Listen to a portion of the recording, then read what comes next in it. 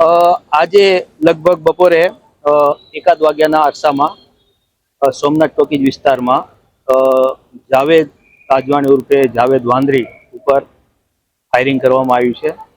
એમની તબિયતને લઈ અને અત્યારે અમે પૂરતી ચિંતા કરી રહ્યા છીએ અને લો એન્ડ ઓર્ડરની સિચ્યુએશન અત્યારે સંપૂર્ણ કાબૂમાં છે.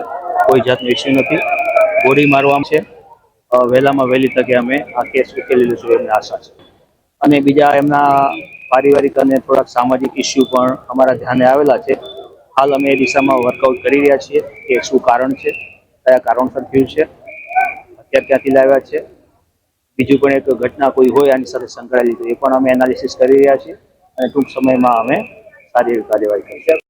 સર, આરોપીઓને પકડવા માટે એ અત્યારે પ્રયત્નશીલ છે કે આપણે જલ્દીમાં જલ્દી આરોપીઓને. અન્ય પણ બે વ્યક્તિને ઈજાઓ છે. હા, એ પણ અમને અત્યારે જાણવા મળ્યું છે.